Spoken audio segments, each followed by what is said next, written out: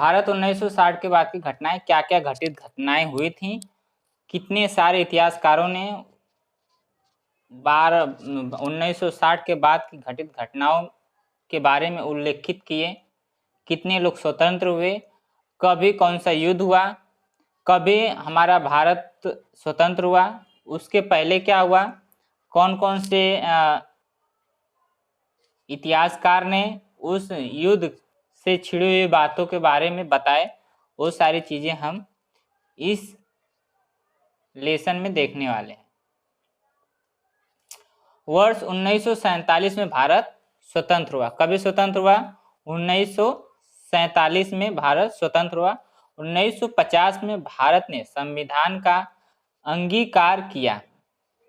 भारत प्रभुत्व संपन्न लोकतांत्रिक राष्ट्र के रूप में अस्तित्व में आया। क्या? लोकतांत्रिक राष्ट्र के रूप में अस्तित्व में आया। इस तरीके से लोगों को अनुमान हुआ। भारतीय समाज विविधताओं में से संपन्न है तथा इस समाज में विविध भाषा, जाति, वंश तथा धर्म के लोग रहते हैं। कौन कौन से? विविध प्रकार के भाषाएं बोली जाती हैं, विविध प्रकार के जाति, वंश, धर्म के लोग भारत के समाज में एकत्रित हैं, यानी कि इसमें स्थापित हैं। स्वतंत्रता प्राप्ति के पश्चात के प्रारंभिक समय में भारत को आर्थिक, राजनीतिक और सामाजिक विकास से जुड़ी समस्याओं को हल करना था। किसके बारे में? भारत में हो रही आर्थिक व्यवस्था और राजनीतिक व्यवस्था और सामाजिक व्यवस्था में जो घटित घटनाएं थी, समस्याएं लोगों को आती थी, उन सारी समस्याओं के अंदर लोगों को बहुत सारी चीजें सुधारनी थी और बहुत सारी चीजों को विकास करना था। उसके बारे में सारे लोग उस पर विचार विमर्श किए।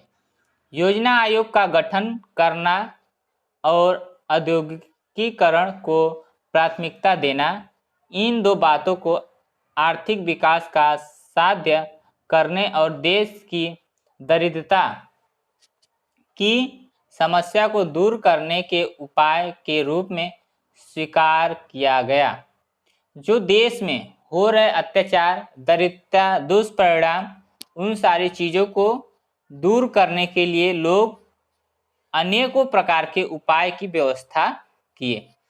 चुनाव को सफलतापूर्वक संपन्न कराया जाना तथा लोकतांत्रिक परंपराओं के प्रति हमारे विश्वास के कारण हमें राजनीतिक अस्थायित्व प्राप्त करना संभव हुआ। इस तरीके से विश्व के जो लोग थे, उनके कारण जो राजनीतिक अस्थायी रूप से पड़े हुए थे, उनके साथ मिलकर जो सारी समस्याएं थी, उनकी समस्याओं को शेयर किए और उसके बारे में विचार विमर्श किए। चुनाव को सफलतापूर्वक संपन्न कराया जाना तथा लोकतांत्रिक परंपराओं के प्रति हमारे विश्वास के कारण राजनीतिक अस्थायी प्रारंभ करना संभव हुआ। साथ ही उन अनगिनत सामाजिक सुधारकों को प्रत्यक्ष में उतारने के प्रयास किए गए, जिन सुधारों में कमजोर समाज के सभी वर्गों के लिए विभिन्न कार्यकारों और नीतियों का समावेश था। जैसे बता रहे हैं कि भारत में कई जगह पे अनगिनत समाज सुधारक आए और उन समाज सुधारकों ने जो कमजोर वर्ग थे उनको क्या किए? सुधारने में प्रयास किए। 1960 का दशक कैसा रहा? भारत की राजनीतिक परिस्थितियों को प्रभावित करने वाली कई घटनाएं वर्ष 1960 के दशक में घटित। जो भारत के राजनीतिक व्यवस्थाएं थी, उनमें घटित घटनाएं कभी हुई थी? 1960 में सारी व्यवस्थाओं को स्थापित किया। पुर्तगालियों के आधिपत्य में गोवा, दमन और दीव प्रदेश थे। कौन कौन से? पुर्तगालियों से पुनर्स्थापित गोवा, दमन और दीव प्रदेश इस तरीके से स्थापित किए गए थे। वे प्रदेश पुर्तगालियों के आधिपत्य से मुक्त हुए तथा वे भारतीय संघराज्य के अंग बने। क्या बने? उनके एक हिस्सा बने। देश की उत्तरी सीमा पर वर्ष 1950 से ही भारत और चीन के बीच तनाव बढ़ता जा रहा था। किसके किसके बीच? भारत और चीन के बीच सन 1950 से ही इन दोनों के बीच तनाव यानी कि झगड़ा उत्पन्न हो रहा था। अंततः इस तनाव की परिणति दोनों देशों के बीच सीमा रेखा युद्ध में हुई। अब क्या हुआ? अब दोनों के बीचों में धीरे धीरे तनाव होते होते एक दिन क्या हुआ? युद्ध आरंभ हुआ। यह युद्ध मैकमोहन 1962 रेखा के क्षेत्र में हुआ। भारत स्वतंत्र होने के पश्चात के कालखंड में प्रधानमंत्री पंडित जवाहरलाल नेहरू ने भारत का नेतृत्व किया। कौन किया? देखरेख और कौन उसके बातों को साझा में लाए? पंडित जवाहरलाल नेहरू, जो उस समय के प्रधानमंत्री थे। उन्होंने क्या किया? उस युद्ध से संबंधित सारी बातों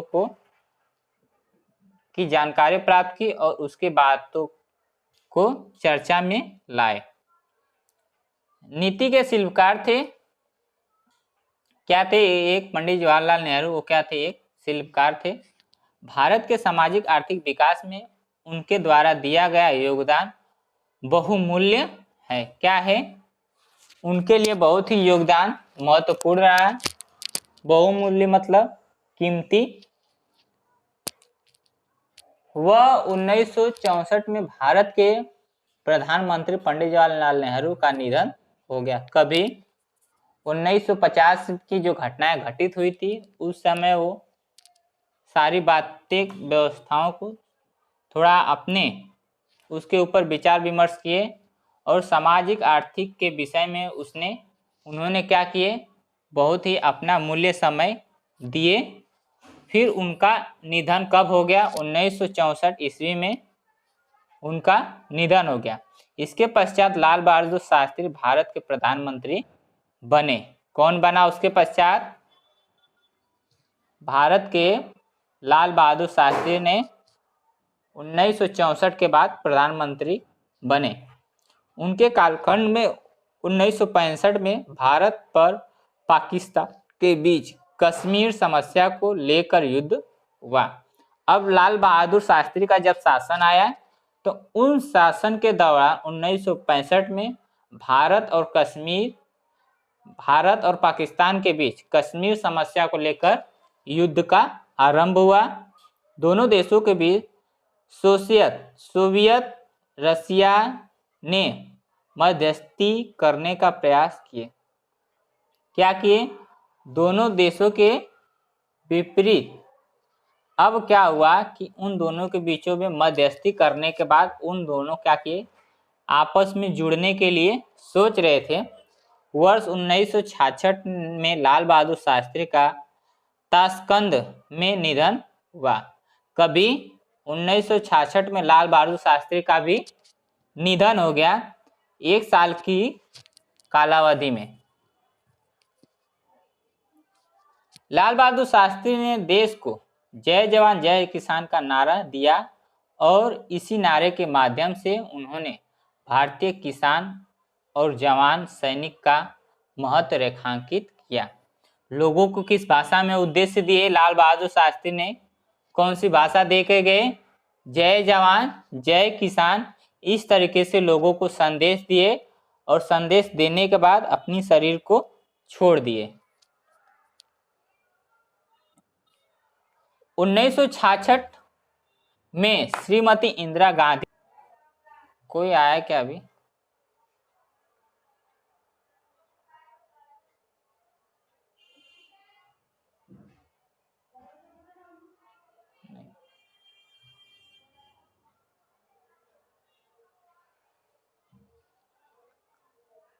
इंदिरा गांधी कब बनी? प्रशंसनीय थी। ठीक है, उनकी क्षमता क्या थी? प्रशंसनीय थी। उन्होंने बैंकों को राष्ट्रीयकरण किया। क्या किए? राष्ट्रीयकरण, यानी कि एकत्रित किए। जागीरों का वेतन बंद किया। जो इंदिरा गांधी क्या किए कि जिनको घर बैठे पेमेंट मिल रहा था, जो दलालों के माध्यम से उनको पेमेंट मिल रहा था, उसको क्या किए? पहले उनको सारे लोग बंद किए। उनके इस निर्णय के दूरगामी परिणाम भी हुए। उनके क्या किए? जब वो वेतन सबकी बंद किए तो उन्हें क्या, कुछ समस्याएं भी आई उनके सामने और कुछ उसके दुष्परिणाम भी हुए, यानी कि कुछ उनके नुकसान भी हुए। उनके कार्यकाल में पाकिस्तान में पूर्व पाकिस्तान के प्रतिदमन नीति का अवलंबन किया। इस तरीके से क्या किए? उनके शासनों का उल्लंघन किए। कौन किया? पाकिस्तान वालों ने। यही दमन नीति पूर्व पाकिस्तान में बहुत बड़ा आंदोलन शुरू होने का कारण बनी। इस तरीके से पाकिस्तान में वो एक आंदोलन के रूप में प्रारंभ हुआ और एक समस्या बन गया। इस आंदोलन का नेतृत्व शेख मुजीब उज रहमान की मुक्ति सेना ने किया। कौन किया? मुजीब उर्स रहमान इस सेना का निर्माण किए। पूर्व पाकिस्तान की उस समस्या का परिणाम भारत पर भी हुआ, क्योंकि पूर्व पाकिस्तान से करोड़ों शरणार्थी भारत में आए थे। क्या क्या हुआ था उस समय? पाकिस्तान के बहुत सारे लोग, करोड़ों की जनसंख्या में भारत में आकर अपना स्थान लिए थे और वही यहाँ पे अपनी भरण पोषण करते थे।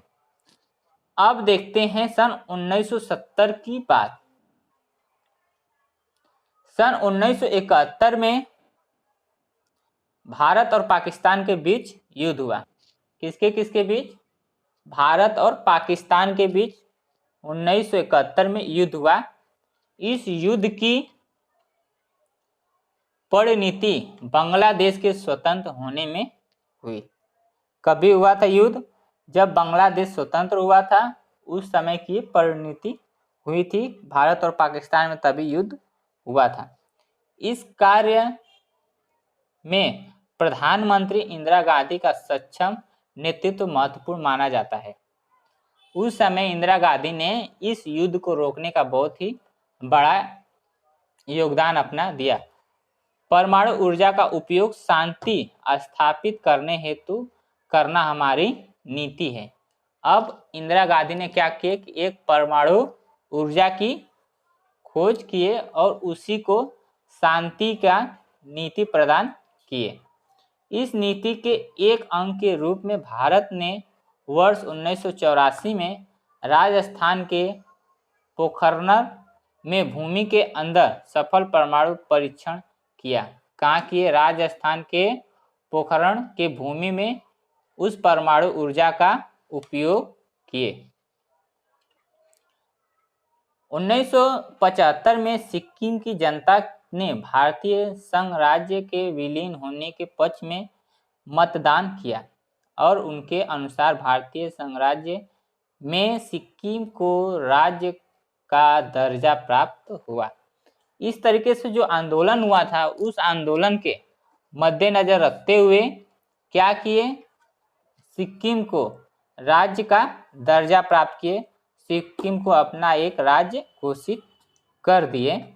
इस दशक में सरकार ने संविधान में उल्लिखित आपातकालीन स्थिति से संबंधित प्रावधान के आधार पर राष्ट्रीय आपातकाल घोषित किया। इस तरीके से क्या किए? राष्ट्र के पूरे आपातकाल को घोषित कर दिए। आपातकाल में भारतीय नागरिकों के मौलिक अधिकार स्थगित किए गए। आपातकाल के कारण भारतीय प्रशासन व्यवस्था के अनुशासन आ गया परंतु इस कारण मानवीय अधिकार भी सिकुड़ गए मतलब लुप्त हो गए। राष्ट्रीय आपातकाल की यह कालावधि वर्ष 1975 से लेकर 1977 तक रही। ये सारी घटनाएं कभी से कभी तक 1975 से लेकर 1977 तक सारी घटनाएं चलती आई। इसके पश्चात आम चुनाव संपन्न हुआ। अब 1977 के बाद क्या हुआ कि लोगों के द्वारा चुने गए एक चुनाव का स्थापना किया गया। आपातकाल की पार्श्वभूमि में कई विरोधी दल इकट्ठे हुए और उन्होंने जनता पार्टी का गठन किया। कौन सी पार्टी का? जनता पार्टी का एक समूह बनाया। इस नई गठित जनता पार्टी के श्रीमती इंदिरा गांधी ने नेतृत्व वाली कांग्रेस पार्टी को बुरी तरह से पराजित किया। अब इंदिरा गांधी ने जनता पार्टी के माध्यम से कांग्रेस पार्टी को बहुत ही भारी चुनाव से उन्हें क्या किए? पराजित किया, मतलब उन्हें हराया। मोरारजी देसाई प्रधानमंत्री बने।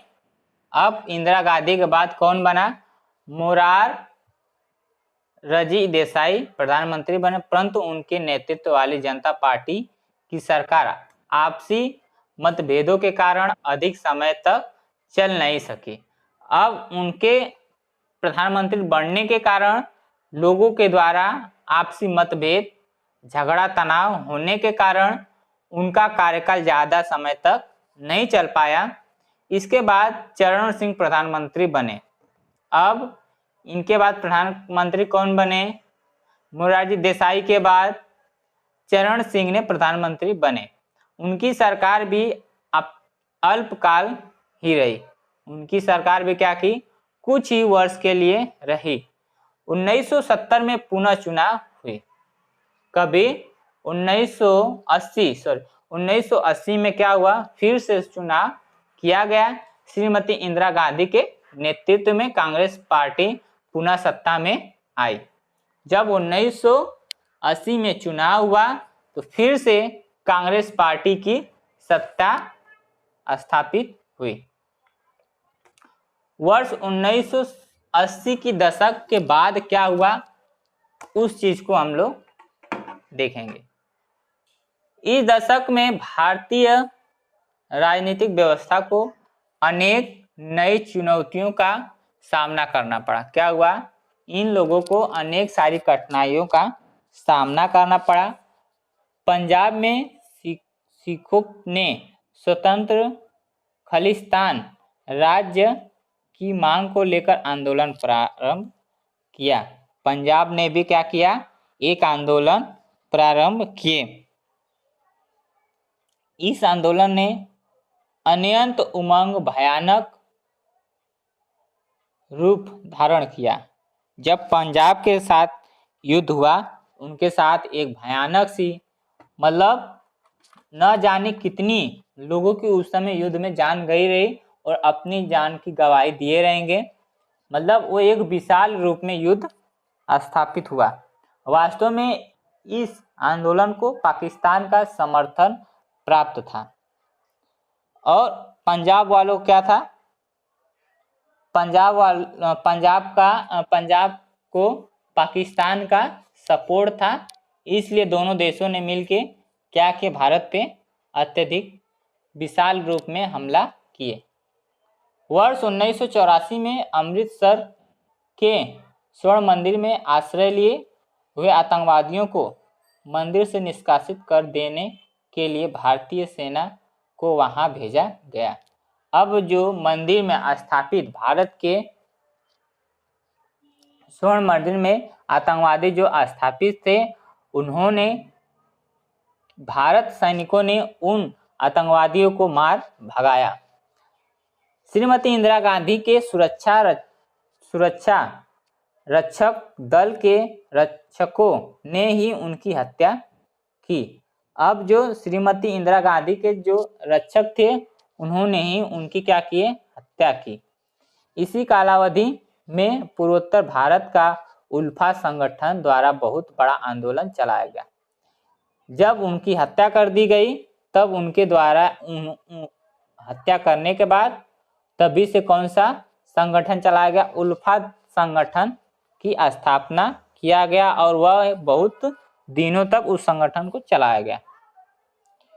वर्ष 1984 में राजीव गांधी ने प्रधानमंत्री पद की बागडोर अपने हाथ में ली। इंदिरा गांधी जब भी थी तो उनके जो रक्षक थे, जो उनके सुरक्षा दल थे, इंदिरा गांधी की हत्या करने के बाद अब उनके प्रधानमंत्री की जो पद थी खत्म होने के बाद कौन पद पे आया? राजीव गांधी प्रधानमंत्री पद पे आए। उन्होंने भारत की अर्थव्यवस्था, विज्ञान और प्रौद्योगिकी क्षेत्रों में अनेक सुधार लाने का प्रयास किया। अब राजीव गांधी ने आए तो वे भारत में वे अर्थव्यवस्था, विज्ञान क्षेत्रों में बहुत ही ज्यादा प्रयास किए।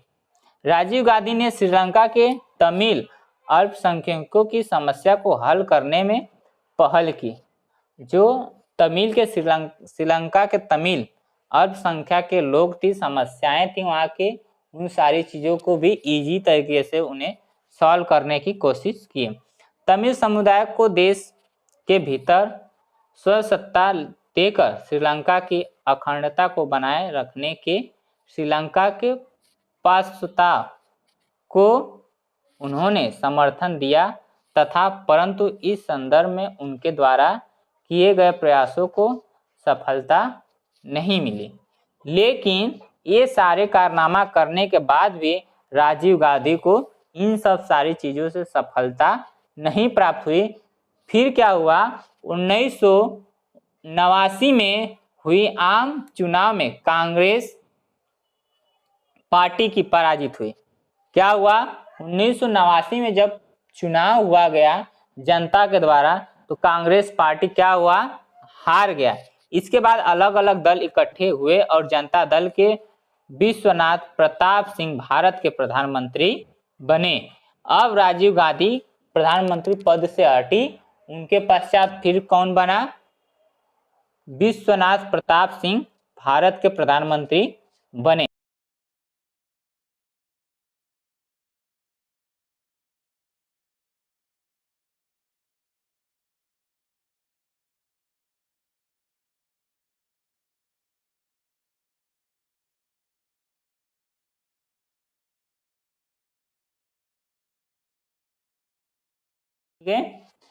उन्होंने अन्य पिछड़ा वर्ग के लिए आरक्षण नीति निर्धारित की। पिछड़े वर्गों के जो नीच या छोटे जाति के होते हैं उनके लिए भी एक आरक्षण तैयार किए।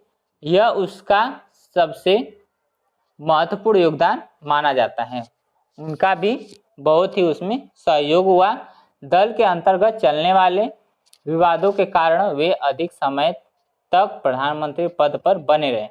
इस तरीके से कार्यकाल करते रहे और वे लोगों के साथ कुछ अच्छी बर्ताव के कारण उनके जो कार्यकाल प्रधानमंत्री का था थोड़ा लंबे समय तक चला उनका। वर्ष 1990 में चंद्रशेखर भारत के प्रधानमंत्री बने। 1990 में कौन बना प्रधानमंत्री? चंद्रशेखर भारत के प्रधानमंत्री बने। उनकी सरकार भी अल्पकालिक रही। इनकी भी सरकार क्या हुई? कुछ दिन की ही थी। वर्ष 1991 में चुनाव प्रचार के दौरान श्रीलंका के लिट्टे संगठन ने राजीव गांधी की हत्या कर दी। अब शेखर के प्रधानमंत्री बनने के बाद श्रीलंका में लिट्टे के जो संगठन थी उसने क्या किया? राजीव गांधी की हत्या कर दी। आगे 1980 के दशक के अंत में जम्मू और कश्मीर में जो असंतोष धड़धड़ा प्रारंभ हुआ, यह समस्या अधिकाधिक गंभीर बनती गई और अब इस समस्या ने आतंकवाद का स्वरूप धारण कर लिया।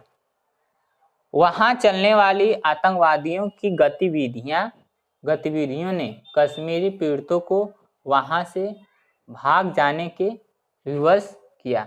इस तरीके से जो कश्मीर के जो लोग थे, वहाँ की जो जनसंख्या थी, उन्हें क्या किए, बोले कि ये सारी चीजें यहाँ से छोड़ के आप लोग चले जाओ।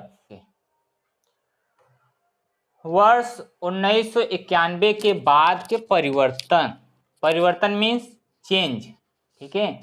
क्या क्या सारी चीजें वर्ष 1991 के बाद चेंजेस हुआ, डेवलप हुआ, उन सारी चीजों को हम इस आगे लेसन में सीखेंगे। विश्व और भारत के इतिहास में सन 1991 महत्वपूर्ण परिवर्तन का वर्ष रहा। क्या रहा?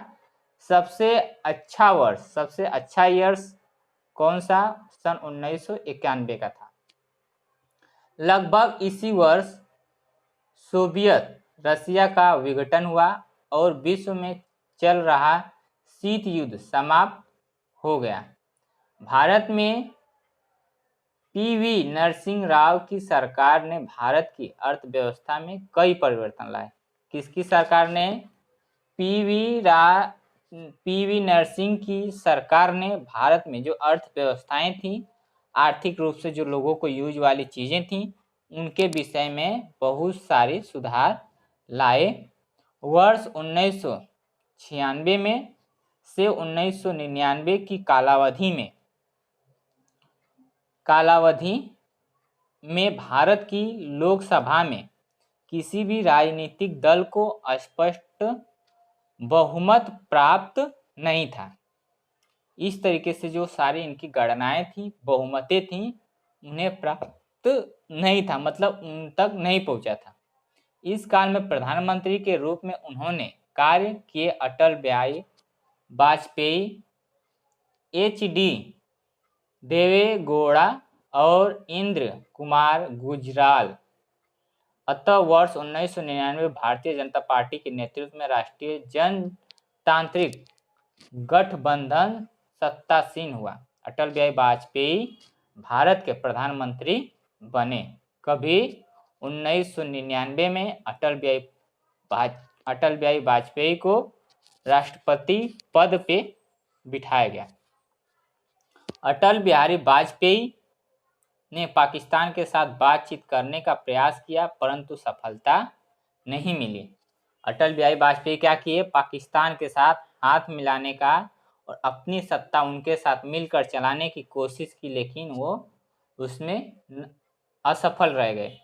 वर्ष 1998 में भारत में भी परमाणु परीक्षण कर स्वयं को परमाणु अस्त्रधारी राष्ट्र के रूप में घोषित किया। अब ये क्या बता रहे हैं अटल बिहारी वाजपेयी ने?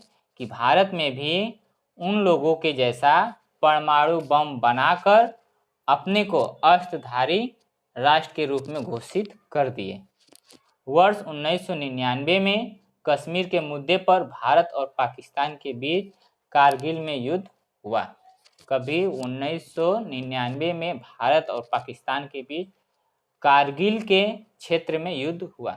इस युद्ध में भारत ने पाकिस्तान को पराजित किया। कौन पराजित किया? भारत ने पाकिस्तान को पराजित कर दिया। समझा? आगे देखते हैं। अर्थव्यवस्था, भारत की अर्थव्यवस्था क्या थी? उनकी व्यवस्थाएं किस तरीके से लोगों के भरण पोषण होते थे, किस तरीके के लोग सामाजिक आर्थिक रूप से अपनी नीतियां और अपना जीवन यापन करते थे, उन सारी चीज़ों को व्यतीत किया गया। स्वतंत्रता प्राप्ति के बाद अर्थव्यवस्था को आधुनिकीकरण, आर्थिक आत्मनिर्भर और सामाजिक न्याय के साथ समाजवादी ढांचा भारतीय अर्थव्यवस्था की विशेषताएं रही। इस तरीके से जो बता रहे हैं कि भारत ने अपने आप को एक स्वतंत्रता में फ्री, जैसे बोल सकते हैं कि हम बहुत स्वतंत्र हैं, इस तरीके से भारत ने लोगों को फ्रीडम दिया, स्वतंत्र किया और अपने ऊपर आत्मनिर्भर बनने की उन्हें सारी विशेषताएं बताई और उन्हें उस तरीके से जानकारी दी। उद्योगों की स्थापना कर भारत को आधुनिकीकरण और आत्मनिर्भरता का साध्य करना था। सामाजिक न्याय पर आधारित अर्थव्यवस्था को नियोजित द्वारा अस्तित्व में लाना था। इस तरीके से क्या थी, सामाजिकता का, जो समाज में जो अन्याय हो रहा था उसको न्याय के रूप में बदलना उनका नियम बन गया, उनका उद्देश्य बन गया। अतः योजना आयोग का गठन किया गया और पंचवर्षीय योजना को प्रारंभ किया गया और वहीं से क्या किया गया, उन्हें 5 वर्ष के नियम को एक गठन बनाया गया। 1999 में नरसिंह राव की सरकार ने आर्थिक सुधारों की कार्यान्वयन करना प्रारंभ किया। इस आर्थिक सुधारों को आर्थिक उदारीकरण कहते हैं। इस नीति के कारण भारत की अर्थव्यवस्था संपन्न बनी। भारत में विदेशी निवेश में वृद्धि हुई। उद्योग विज्ञान क्षेत्र के कुशल भारतीय व्यवसायियों ने भारतीय अर्थव्यवस्था को सुधारने हेतु सहयोग दिया। ठीक है, उन सारी चीज़ों में नरसिंह सिंह जो थे उन्हें वो क्या किया, अटल बिहारी वाजपेयी के जो सुधारक थे उसमें क्या किए, बहुत ही अपना योगदान दिए। भारत में विदेश निवेशक वृद्धि हुई। जो विदेशी निवेशक थे उनमें वृद्धि हुई। उद्योग विज्ञान क्षेत्र में कुशल विज्ञान व्यवसायियों के अर्थव्यवस्था को सुधारने हेतु सहयोग दिए। सूचना एवं प्रौद्योगिकी क्षेत्र के उद्योगों के रोजगार के नए अवसर पैदा किए।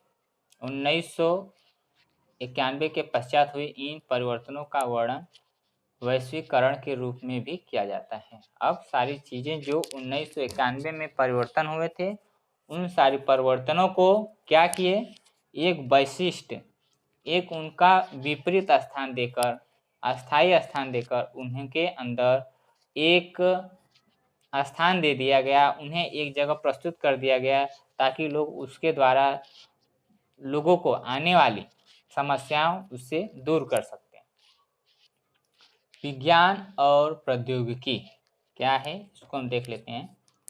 भारत में आत्मनिर्भर बनने के लिए जो प्रयास किए उनमें 2 महत्वपूर्ण घटनाओं का समावेश किया जा सकता है।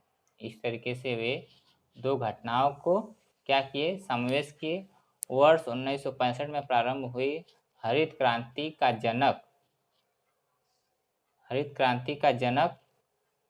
MS स्वामीनाथन थे।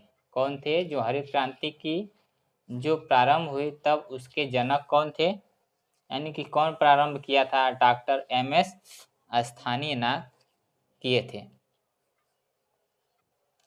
खाद्यान्न उत्पादन में वृद्धि हुई। भारत में परमाणु ऊर्जा और आंतरिक अनुसंधान के क्षेत्र में बहुत उन्नति हुई। डॉक्टर होमी भाभा ने भारत में परमाणु ऊर्जा कार्यक्रम की नींव रखी। इस तरीके से वे परमाणु ऊर्जा का नींव रखे। परमाणु ऊर्जा का उपयोग बिजली निर्माण, औद्योगिक और रक्षा जैसे शांतिपूर्ण उद्देश्य के लिए करने पर भारत ने सदैव बल दिया। इस तरीके से जो परमाणु ऊर्जा के से निर्माण होने वाले बिजली, औद्योगिक क्षेत्र में, रक्षा मंत्रालय में, इसमें बहुत ही सारा अपना योगदान दिया।